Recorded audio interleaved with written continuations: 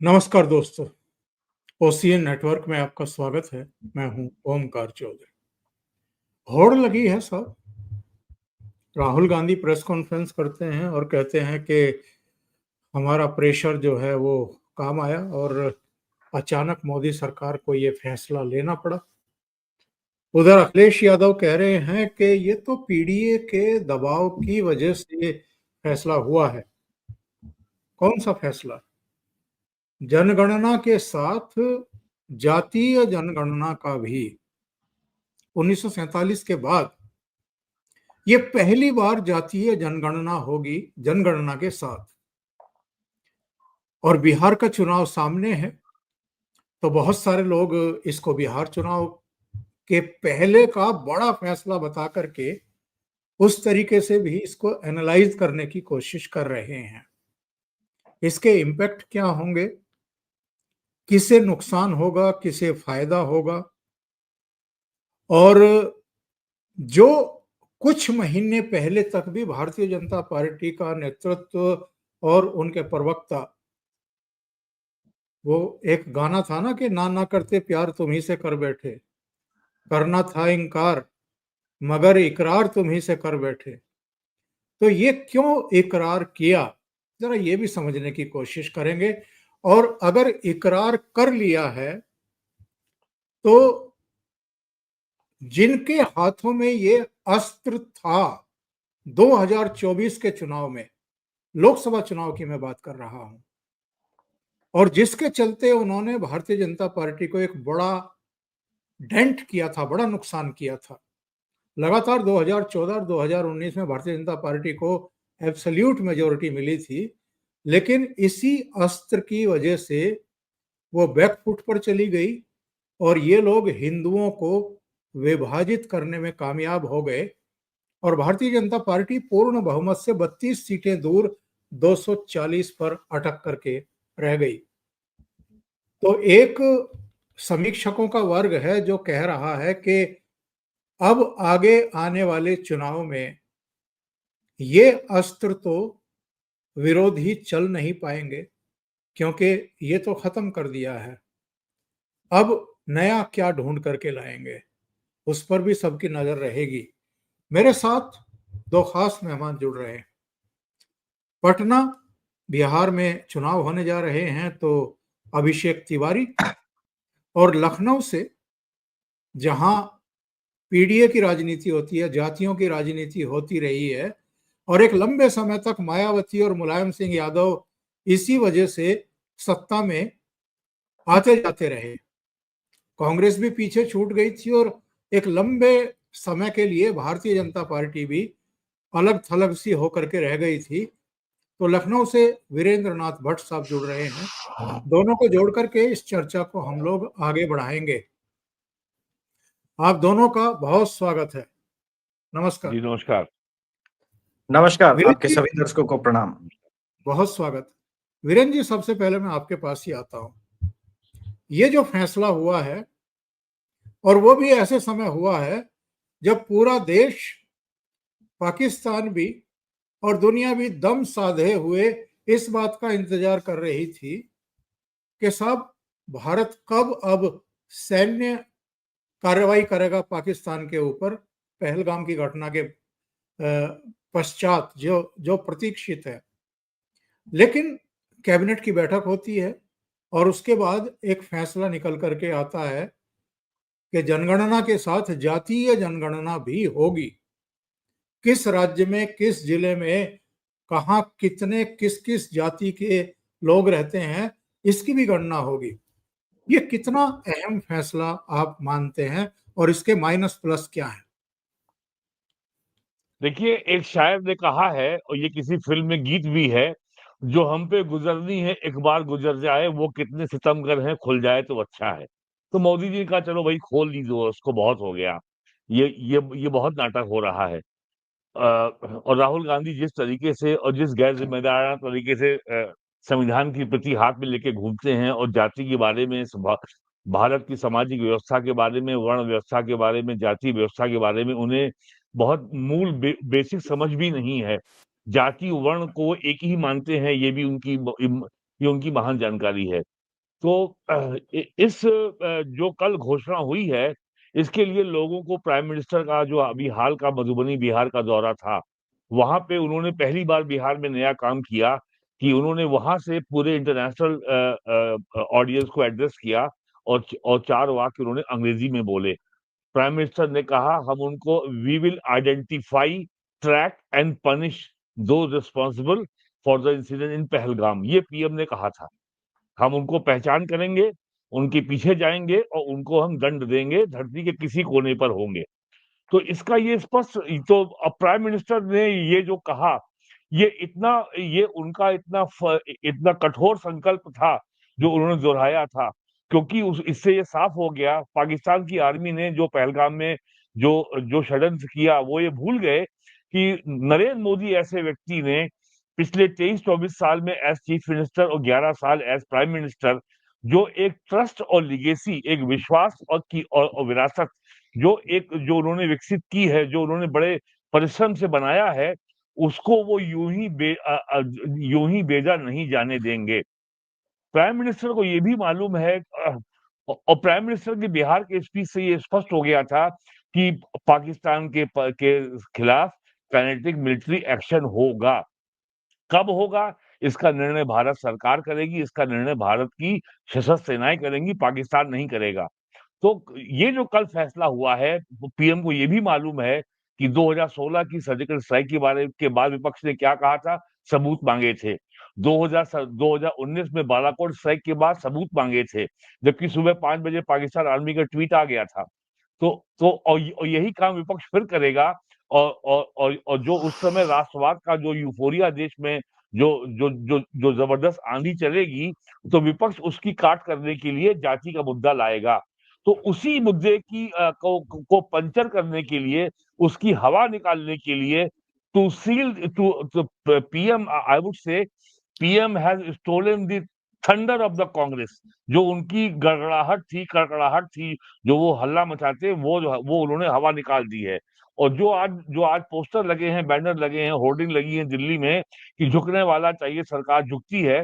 तो राहुल गांधी की, कांग्रेस की और जो बीजेपी ने नया नाम दिया पिंडी अलायंस की, जो उनका जो खुशी है, ये बहुत ही क्षणिक है, शॉर्ट लिव्ड है, इट हैज नो लाइफ।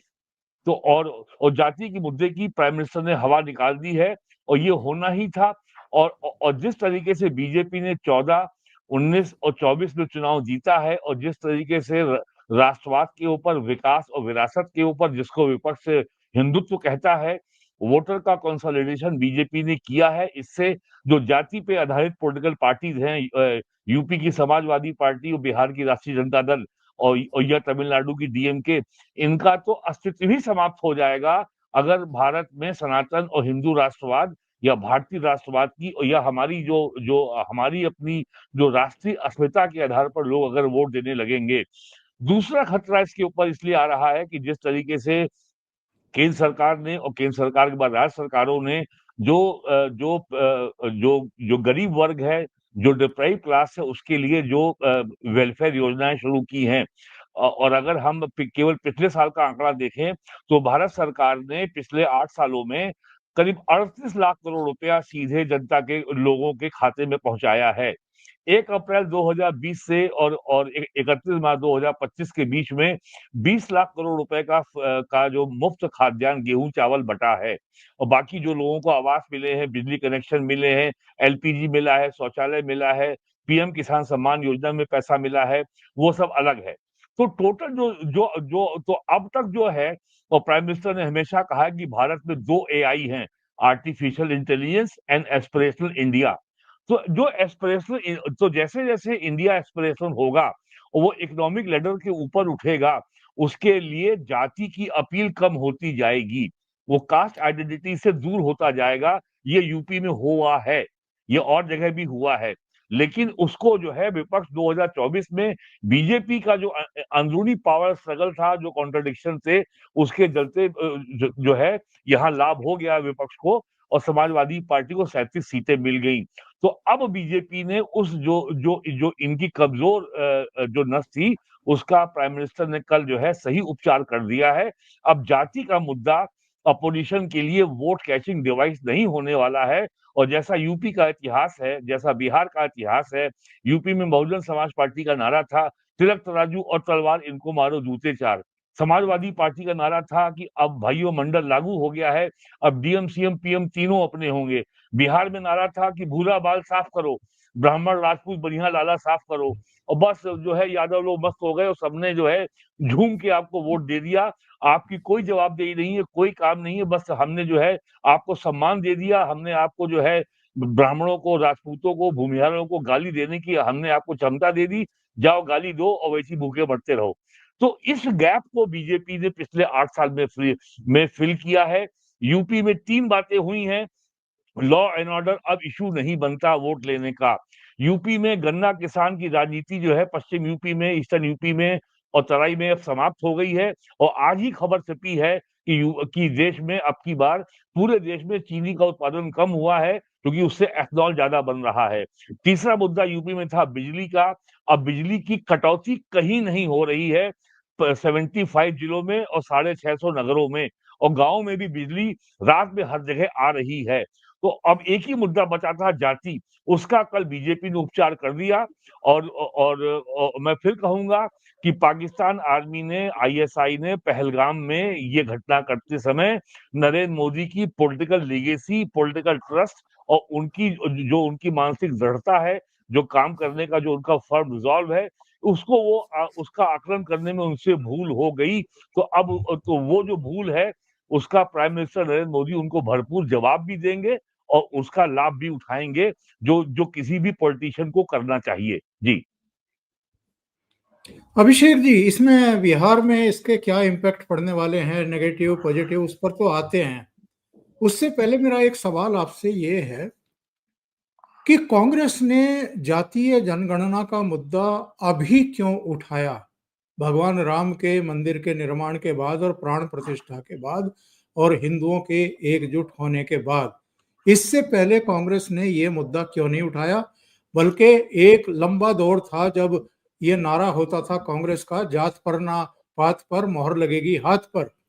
और ऐतिहासिक घटनाएं बताती हैं, काका कालेलकर की रिपोर्ट से लेकर के मंडल कमीशन की रिपोर्ट तक, इनके अलग अलग जो प्रधानमंत्री हुए हैं, जो इनकी लीडरशिप रही है, सब ने उनको दबा करके रखा।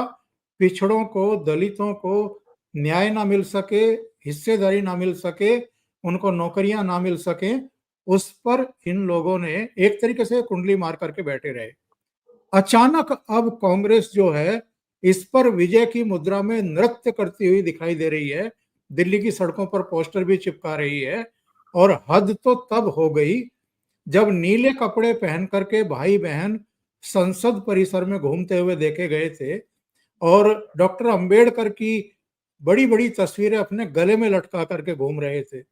यानी जो इनकी लिगेसी है, ये इंदिरा गांधी को भी भूल गए, ये जवाहरलाल नेहरू को भी भूल गए, और जिन अंबेडकर का अपमान हुआ था लंबे समय तक कांग्रेस के द्वारा, उन्हीं अंबेडकर की तस्वीर गले में लटका करके घूम रहे थे। तो ये जो एक हड़कंप है, असुरक्षा है कि मिट्टी में मिल जाएंगे अगर उसी नारे पर चलते रहे, जात पर ना पात पर वाले पर। और इसलिए अब मजबूरी में आकर के ये जातीय जनगणना का ढिंडोरा पीट रहे हैं पिछले कुछ समय से। नहीं, ठीक है। जातीय जनगणना होनी चाहिए और भारतीय जनता पार्टी 2010 में, मैं 5 पॉइंट बताऊंगा। 2010 में कांग्रेस ने अपोज किया था, बीजेपी ने सदन में कहा था कि जातीय जनगणना होनी चाहिए। उस वक्त उनके साथ समाजवादी पार्टी और राजद भी थे। अब ये वाली राजनीति समाजवादी पार्टी को कांग्रेस ज्यादा डेंट करेगी, राजद को ज्यादा डेंट करेगी, ये तो भविष्य के गर्त में है, लेकिन सावधान तो रहना पड़ेगा। क्योंकि कोर वोटर तो बीजेपी का शिफ्ट होने की बात है। फरवरी में कांग्रेस में एक मीटिंग हुई थी और कहा था कि क्या हम वापस सवर्णों के वोट की तरफ जा सकते हैं अगर हमने प्रोवोक किया और बीजेपी भी करा ले जातीय जनगणना, तो क्या सवर्ण उस परिस्थिति में आकर के नाराज होके जाएंगे। लेकिन उसके पहले मैं 4 पॉइंट बता दूं। राहुल गांधी ये मिस कर गए कि बीच में संघ आता है। 2010 में समर्थन दिया था, 2015 में मोहन भागवत ने कहा था आरक्षण की समीक्षा होगी। क्रोनोलॉजी समझिएगा सर। 2017 में 2 अक्टूबर को दिल्ली के उच्च न्यायालय की पूर्व न्यायमूर्ति जो थी रोहिणी जी, उनके नेतृत्व में 4 लोगों के साथ जो है वो रोहिणी कमीशन का गठन हुआ और रिपोर्ट अक्टूबर में भेज दी गई। इसके बाद नरेंद्र मोदी सरकार कोविड और इन सब चीजों में फंस गई, लेकिन जैसे ही मोदी 3.0 आया तो सबसे पहले इन्होंने कहा कि भाई सब क्लासिफिकेशन शेड्यूल कास्ट में करेंगे, शेड्यूल ट्राइब में लेके आएंगे। लेकिन असली खेल तो सर जो रोहिणी कमीशन के डिटेल्स हैं, जो रोहिणी कमीशन के सुझाव हैं, वो तो ओबीसी सब क्लासिफिकेशन में। अगर उसको लागू कर देगी भारतीय जनता पार्टी की तो उत्तर प्रदेश और बिहार के 50% से अधिक यादव अनकैप्ड हो जाएंगे, जनरल क्लास में आ जाएंगे। कोटा विद इन कोटा जो हो जाएगा। हाँ बिल्कुल, quota within the quota जब होगा तो 50% लोग क्रीमी लेयर के पास आ जाएंगे, जिस प्रकार के सुझाव हैं ओबीसी को लेकर के, और साथ में पटेल समाज से भी लोग आ जाएंगे। तब क्या होगा? तब लास्ट लाफ किसका होगा? लालू प्रसाद यादव को होगा या फिर इसका होगा? इसलिए कभी कभी जब शतरंज की बाजी खेलते वक्त कोई अपने प्यादे को आगे रख देता है और आप बड़े गौरव के साथ उस प्यादे को मार देते हैं तो बड़ा स्माइल करते हैं। वो स्माइल राहुल गांधी का है। लेकिन भाई प्यादे को मारा क्यों गया है, यह भी सोचना पड़ेगा। जिस दिन फॉरेनर एंड इमिग्रेशन बिल आया था तो मैंने कहा था कि सरकार अब निसंदेह यूसीसी के पहले एनपीआर की तरफ जाएगी। पॉइंट नंबर 5 रख रहा हूं, अब एनपीआर की तरफ जाएगी। मेरा ये मानना था सर कास्ट सेंसस तो होना ही है, लेकिन ये समवेयर मैं सोच रहा था कि जब परिसीमन हो जाएगा तब होगा, लेकिन ये 1.5 साल पहले आ रहा है। क्यों? इसके 2-3 कारण हो सकते हैं। एक तो हमारे पास कितने बांग्लादेशी मुसलमान हैं इसका कोई एग्जैक्ट नंबर नहीं है, लेकिन जो सबसे बड़ी चिंता की लकीर भारतीय जनता पार्टी और बीजेपी के लोगों के माथे पर आई जब इन्होंने कहा पाकिस्तानियों भारत छोड़ो। पता चला कि भारत की महिलाओं ने पाकिस्तानी शौहर बना रहे हैं और 10-10, 15-15 पिल्ले पल रहे हैं यहां पर। तो हेड काउंटिंग से तो होगा नहीं, आपको जाना होगा फुल फ्लेज सर्वे के। अब एनपीआर बोल के आते बीजेपी वाले तो भाई इस देश में फिर शाहीन बाग बनता। तो कहा कास्ट सेंसस पे आते, पहले एक डेटा लेके आ जाते हैं, उसके बाद एनपीआर पे जाएंगे। तो this is the first step और ये हो के रहेगा। और आखिरी बात, जातीय जनगणना 1931 में इतनी डिफिकल्ट थी, I really don't know. Modi सरकार ने कह तो दिया है, पर आधार कार्ड के भरोसे होगा, राशन कार्ड के भरोसे होगा, कैसे होगा इतना आसान नहीं है। क्योंकि करेगा कौन? प्राइमरी लेवल के शिक्षक, और प्राइमरी लेवल के शिक्षक वही कॉलम में भरेंगे जो इंफॉर्मेशन में है, तो कितनी ऑथेंटिक बनेगी? तो अभी डिफिकल्टीज भी है, ये भी है, और ये 1-2 साल में होने भी वाला नहीं है। तो इसको लेकर के पैनिक का माहौल है, और खास करके उस सेक्टर में है जिस सेक्टर पर कांग्रेस की नजर थी। मैं कुछ ट्वीट्स देख रहा था, ईडब्ल्यूएस आर्मी, इसके अलावे बड़े पत्रकार हैं बिहार के ज्ञानेश्वर, आतंकी धर्म पूछ रहा है, सरकार जात पूछ रही है, मेरा भारत महान, अभिनव मिश्रा लल्लन टॉप के कांग्रेसी पत्रकार, इसी प्रकार से विशाल पांडे नेहरू जी का फोटो लगाए हुए कह रहे हैं कि मैंने मोदी को अनफॉलो कर दिया। ऐसी तमाम चीजें हैं जो कांग्रेस की तरफ से सवर्ण बन करके इसका विरोध कर रहे हैं और उसमें ट्रैप में फंसाया जा रहा है। उनके पास एक ऑथेंटिक बढ़िया आईटी सेल है, और जब वो राजद के साथ मिलती है तो ये वाला कॉकटेल बहुत खतरनाक होता है। इसलिए आप कई बार बहुत अच्छा काम करने जाते हैं। किसान आंदोलन पे भी आप संभाल नहीं पाए थे, किसान बिल बहुत अच्छा था। तो नरेंद्र मोदी जिस विजन के साथ आए हैं, क्या अमित मालवीय और उनकी टीम इसका काउंटर कर पाएगी? इस पर बहुत डिपेंड करेगा बिहार इलेक्शन, क्योंकि इससे एक सेगमेंट अगर नाराज होगा तो वो राजद की तरफ नहीं जाएगा, तो किसको ढूंढेगा? नीतीश कुमार को ढूंढ नहीं सकता, उससे तो नाराज ही है, और बीजेपी से भी नाराज होगा। तो ऑब्वियस चॉइस जो है वो प्रशांत किशोर बन सकते हैं अभी ये लंबी बात है, ये अभी देखना होगा 1-2 महीने में कहाँ जाती है राजनीति इस संदर्भ में। हो सकता है मोदी 1 महीने में सर्जिकल स्ट्राइक से बड़ा मुनीर को ही उड़ा दे, कुछ भी हो सकता है। मोदी जी अनप्रेडिक्टेबल है, कुछ भी कर सकते हैं। ये किसी ने कल प्रेडिक्ट नहीं किया था। लेकिन अगर कुछ बड़ा नहीं होता है तो Bihar will not be cake walk. इतना तो मुझे बिहार की राजनीति का तजुर्बा है बीजेपी के लिए, क्योंकि कुछ चीजें आउट ऑफ द वे जा सकती है। मुझे अमित मालवीय की टीम पर विश्वास कम है थोड़ा सा जी। वैसे ये अभिषेक जी, कदम मैं बहुत यहाँ अच्छा पे है। मैं एक बात जोड़ना चाहूंगा कि अगर अगर इसका जो हम अगर लार्जर पिक्चर लें तो जो Frankfurt school of social sciences था, जो बना था 1925 में, जहां से वोकिज्म निकला है और आजकल उसका गढ़ बन गया हार्वर्ड यूनिवर्सिटी। तो वहां की जो क्रिटिकल थ्योरी है समाज को बांटने की, तो हार्वर्ड यूनिवर्सिटी में रिसर्च हो रही है क्रिटिकल रेस थ्योरी। वहां भारत में हिंदुओं की हर जाति को एक रेस, एक नस्ल बनाने की तैयारी हो रही है। और एक अमेरिकन एनआरआई इंडियन है, राजीव मल्होत्रा की एक बहुत मशहूर किताब है जी। The snake in Ganga. उसमें इसका बहुत विस्तार से पे ब्यौरा दिया गया है। और उसी हार्वर्ड यूनिवर्सिटी का ये एजेंडा आया है। वो लेफ्ट वहाबी जो कबाल है, जो गिरोह है, ये उसका एजेंडा है जिसके ऊपर कांग्रेस चल रही है। और अमेरिका में इसको संभालता है सैम पिट्रोडा। तो हाँ, ये बिल्कुल। और उसके अलावा जाति जो एजेंडा है भारत में, वो एजेंडा चर्च का है, यानी जोशुआ प्रोजेक्ट। और बिल्कुल। 2014 तक, जब तक इटली की मैडम की सरकार थी, तब तक जो है जोशुआ प्रोजेक्ट की वेबसाइट पर आप अभी जाइए तो आपको भारत के हर जिले के, हर ब्लॉक के, तहसील के, गांव में जाति का डाटा मिलेगा। और उन्होंने हर जिले में जो है कॉन्फ्लिक्ट की थ्योरी उन्होंने डेवलप की है, ऑपरेसर एंड ऑपरेस्ड, पीड़ित करने वाला और पीड़ित। तो ये जो है चर्च का एजेंडा है बेसिकली जात का। और भारत में इसके बीज भी आज से 250-300 साल पहले अर्ली 18th सेंचुरी में अंग्रेजों ने बोए थे। और इसकी बुनियाद है ब्राह्मणवाद का, वो ब्राह्मण का विरोध। क्योंकि चर्च ने 18th सेंचुरी में ये समझ लिया था कि बिना ब्राह्मणों को नष्ट किए सनातन धर्म को, भारतीय व्यवस्था को नष्ट नहीं किया जा सकता। केवल यही है जो सनातन की पताका को हाथ में लिए रहता है।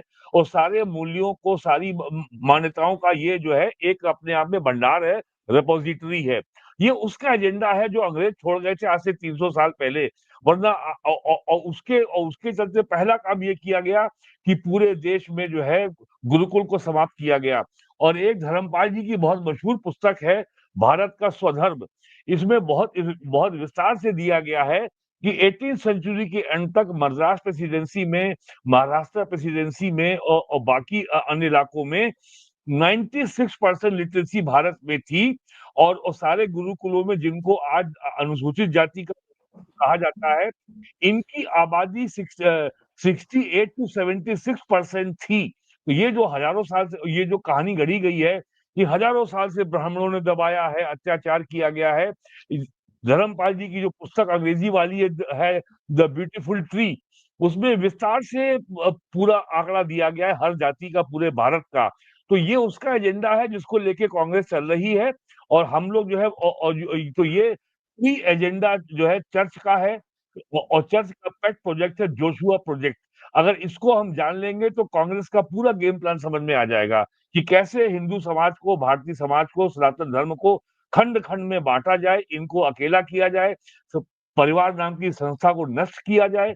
और फिर ये लोग अकेले हो जाएंगे, फिर इनको हम आराम से कन्वर्ट कर लेंगे। ये पूरा गेम प्लान है इसके पीछे।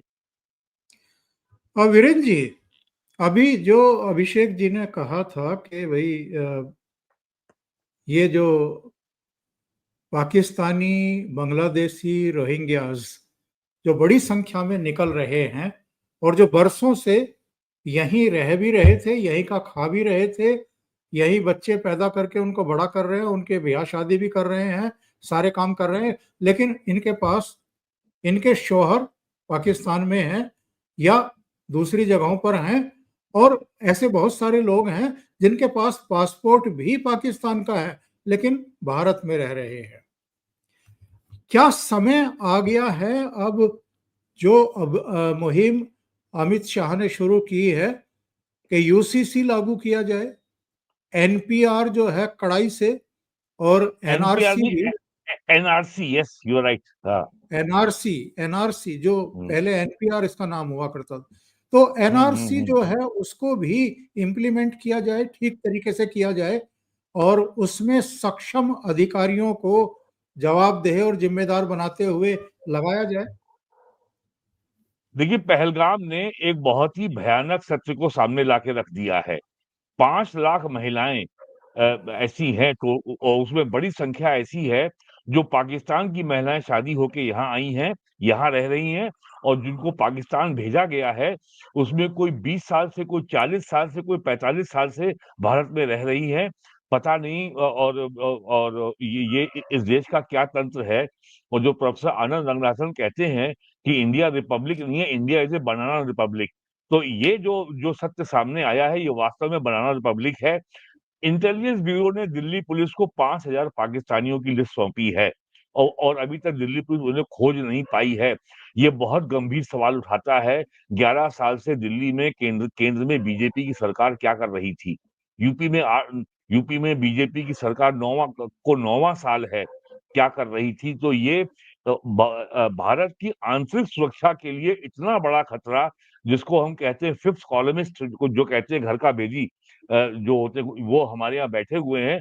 हमारे हमारे पाँव के नीचे आग जल रही, हमको अंदाजा भी नहीं था। तो ये जो पहलगाम की घटना के बाद जो सारे तथ्य उभर के आए हैं ये बेहद चिंताजनक हैं, बहुत अलार्मिंग है and they create a very strong ground for bringing NRC, national register of citizens, जिसमें एक एक व्यक्ति आइडेंटिफाई किया जाएगा।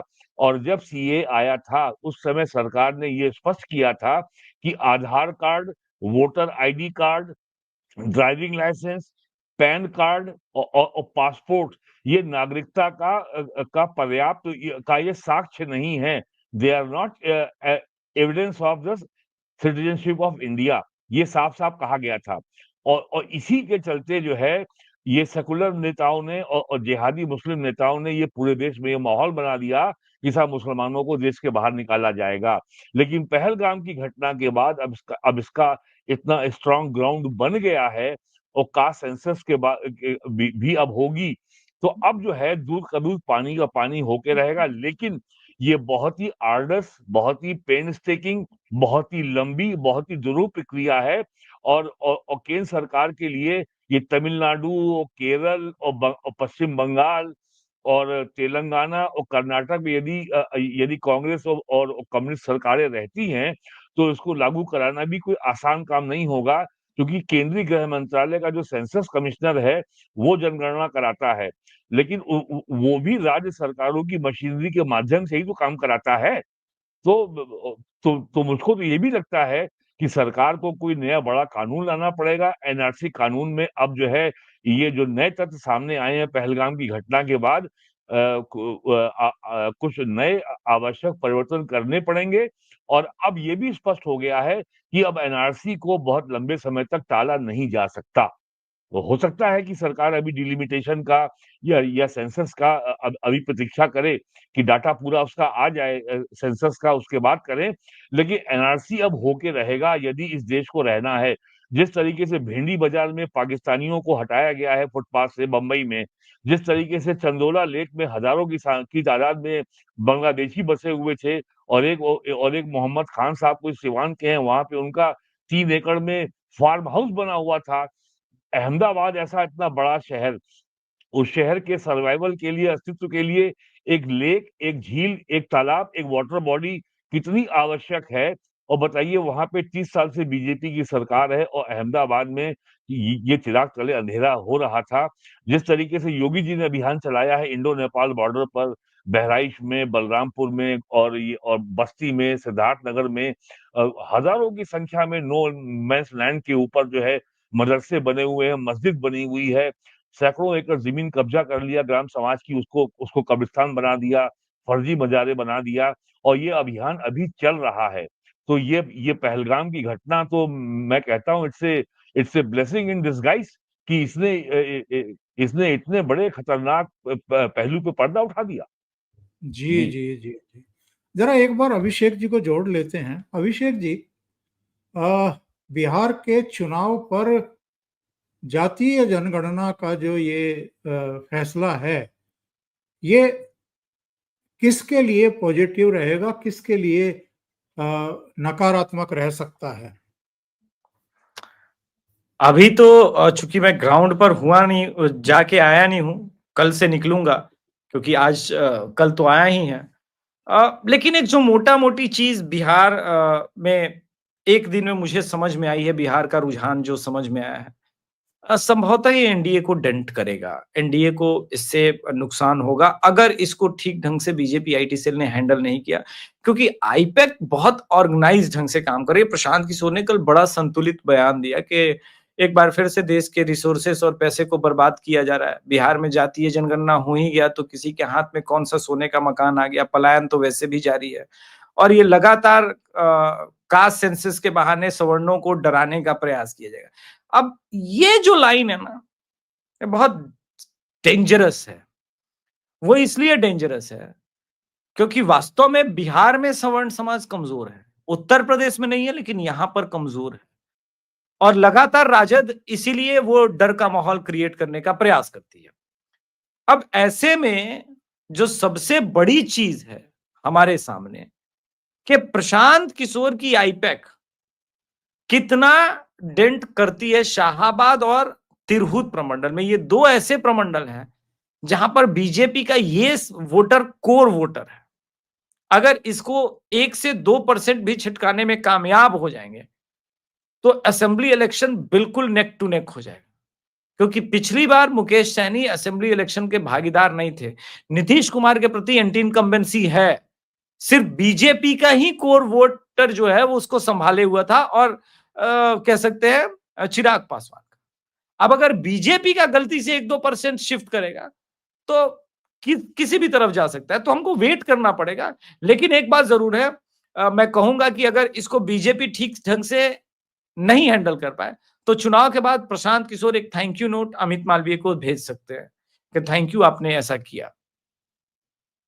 जैसे मैंने एक बात कही ना कि बड़ा लीथल कॉम्बिनेशन हो जाता है Congress IT cell plus RJD IT cell, और बिहार में मैंने हमेशा देखा है कि इनके आगे बीजेपी आईटी सेल बहुत बहुत पीछे रही है, और बिल्कुल फोकस्ड गोल है।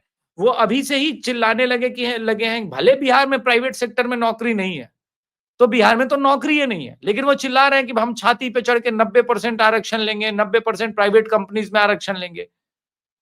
तो यहां का जो पढ़ा लिखा डॉक्टर और बाकी समाज है वो ऑलरेडी बयान दे रहा है कि भाई ये क्या हो रहा है, असहज महसूस करने लगते हैं। तो वो स्थिति उत्पन्न ना हो, बाकी सब ठीक है, मुझे कोई दिक्कत नहीं। मैं तो खैर मैं समझ रहा हूं कि ये कहानी मोदी जी ने क्यों शुरू की है, पर क्या बिहार के जन जन तक ये बात पहुंच पाएगी जो अभिषेक तिवारी बोल रहा है कि रोहिणी कमीशन का इम्प्लीमेंटेशन कराना है, पटेल और यादव का सब क्लासिफिकेशन होना जरूरी है, क्योंकि वो आरक्षण के नाम पर वो मूलभूत सुविधाओं का पर डकार मारे बैठे हुए हैं। तो ये सारी चीजें देखना पड़ेगा ना जी। आपकी आशंका अपनी जगह है, लेकिन मेरा ये निजी तौर पर मानना है कि ये आईटी सेल चुनाव ना किसी को जिता सकते हैं ना हरा सकते हैं। बहुत सीमित इनकी अप्रोच होती है और बहुत कम संख्या में लोग सोशल मीडिया मंचों पर रहते हैं। बहरहाल देखते हैं क्या होगा। लेकिन आखिरी टिप्पणी वीरेंद्र जी, मैं आपसे ये चाहूंगा, योगी आदित्यनाथ तो दूसरे दिन ही शुभम के यहाँ पहुंच गए थे कानपुर, और राहुल गांधी भी हो आए हैं। ये अखिलेश यादव कैसी उत्तर प्रदेश की राजनीति कर रहे हैं कि ये डिसोन कर रहे हैं उस फैमिली को कि मैं तो उस फैमिली को जानता ही नहीं, और मेरे कार्यकर्ता जो हैं वहां हो आए हैं, मुझे ऐसी जानकारी है। तो तबरेज को व्यक्तिगत रूप से जानते थे सर, सॉरी एक बात बोलना पड़ा। क्या शो करना चाहते हैं? इनके पिताजी तो जाकर के माफियाओं के कुत्तों से भी हाथ मिलाते थे, और ये जो है पहलगाम में उत्तर प्रदेश के एकमात्र निशाना बने शुभम के परिवार के यहाँ तक भी संवेदना व्यक्त करने नहीं पहुंचे हैं। देखिए, आपको याद होगा पिछले वर्ष 24 नवंबर को जब संभल की जामा मस्जिद जो हरिहर मंदिर था, जब उसमें एएसआई की टीम सर्वे करने गई थी तो उसके ऊपर हमला हुआ था, और उसमें गोली चली थी, उसमें 5 लोग मारे गए थे। अखिलेश यादव ने वहां पे अपनी पार्टी के लोगों को भेजा था और यूपी असेंबली में leader of opposition Mata Prasad Pandey वहां गए थे और प्रत्येक परिवार को कई लाख रुपए देके आए थे। 5 लाख रुपए शायद उन्होंने पर फैमिली को दिया था। तो अब उस पे उनकी क्या रिश्तेदारी है हम नहीं जानते, क्या उनको वो जानते थे, क्या वो उनके परिवार के सदस्य थे, हमको नहीं पता। और अगस्त में पिछले वर्ष जो है बहराइच में जो है मुसलमानों ने एक वहां के लड़के रामगोपाल मिश्रा की हत्या कर दी थी। तब भी समाजवादी पार्टी की ओर से कोई नहीं गया था, ना ही कोई उसको कोई फाइनेंशियल सहायता दी गई थी। तो अखिलेश यादव को ने केवल इस अवसर का इस रूप में उपयोग किया है कि जो कम्युनल पोलराइजेशन की और जो आइडेंटिटी पॉलिटिक्स की, जो जाति अस्मिता के आधार पर समाज में ध्रुवीकरण करने की जो उनकी राजनीति है और जो मुसलमानों को संदेश देने की राजनीति है कि पहलगाम में मुसलमानों ने एक हिंदू की हत्या की है, तो हम उसमें शोक जताने के लिए नहीं जाएंगे। ये वही अखिलेश यादव हैं जब जब यूपी के भूतपूर्व मुख्यमंत्री कल्याण सिंह का देहांत हुआ था, तो उसमें भी वो शोक व्यक्त करने नहीं गए थे, यहाँ तक कि तेरही कार्यक्रम में भी शामिल नहीं हुए थे। उन्होंने कल्याण सिंह जी के देहांत के बाद लगातार पूरी दूरी बनाए रखी थी, जबकि बीजेपी ने उनको ऑफिशियली संदेश पहुंचाया था कि साहब ये कि इस दिन तेरही है और यहाँ शोक सभा है। तो ये समाजवादी पार्टी की राजनीति है, ये उनके पॉलिटिकल कंपल्शंस हैं, जिसके चलते वो ऐसा कर रहे हैं और उनके अस्तित्व के लिए आवश्यक है कि जैसे भी हो, उनका मुस्लिम वोट बैंक उनसे जो है छटकना नहीं चाहिए। ये सब उसीलिए कर रहे अभि- हैं और क्या कहा जा सकता है इसको। अभिषेक जी कुछ बिल्कुल। जोड़ना चाहेंगे इसमें? नहीं, इसमें कोई संदेह नहीं है सर कि जो शुभम को इन लोगों ने जिस प्रकार से डिसोन किया है, वो सोची समझी रणनीति है। वो हेट्रेड दिखा रहे हैं कि हाँ, वो चूंकि जिस कम्युनिटी से बिलोंग करता है, मैं तो पीडीए की जो बात करता हूँ, उस कम्युनिटी वो मेरे लिए अनटचेबल है। और चूंकि अनटचेबल है तो मैं दिखा रहा हूँ मुसलमानों को ही नहीं, यादवों को भी, अपने जो फॉलोअर्स हैं, सिर्फ मतलब सभी यादव नहीं, जो जिनके लिए टर्म हम लोग यदुमुल्ला यूज करते हैं, जो हरियाणा के राष्ट्रवादी अहिर भाइयों ने यूज करना शुरू किया, जिससे अखिलेश यादव को बहुत तकलीफ होती है और उनके समर्थकों को।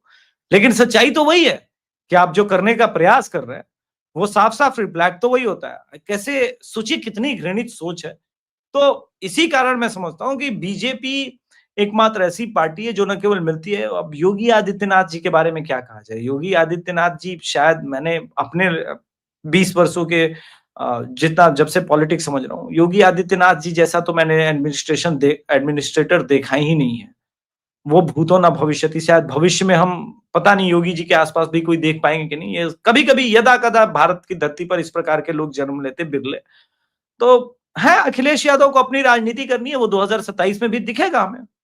उसका परिणाम भी देखिए। अब ये तो याद आएगा ना जब हम भी ग्राउंड रिपोर्टिंग करने जाएंगे, तो पूछेंगे ना भाई ये वाला प्रश्न, तो कि आप बताइए कि अखिलेश यादव क्यों नहीं गए थे जब इस प्रकार का वारदात हुआ। तो उत्तर तो देना पड़ेगा ना उनको भी। अभी मत दे। जी। अभिषेक जी आपका भी और वीरेंद्र नाथ भट्ट आपका भी बहुत बहुत धन्यवाद। बहुत ही महत्वपूर्ण आपको मुद्दों नमस्कार। पर आप लोगों ने चर्चा की है। Thank you so much. नमस्कार सर, प्रणाम। प्रणाम।